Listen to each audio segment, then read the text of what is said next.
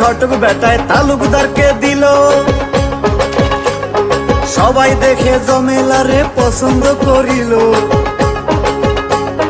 কালি আবার যশোর জেলায় যাও না রে ফিরিয়া, শুক্রবারে যাব মেয়ে দেখিবার লাগিয়া।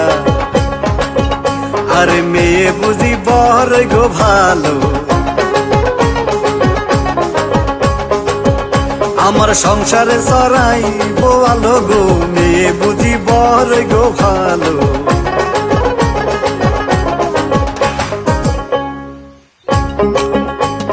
তাড়াতাড়ি জমেলারে আনিল সাজিয়া, ধীরে ধীরে বাংলো ঘরের দিকে যায় চলিয়া।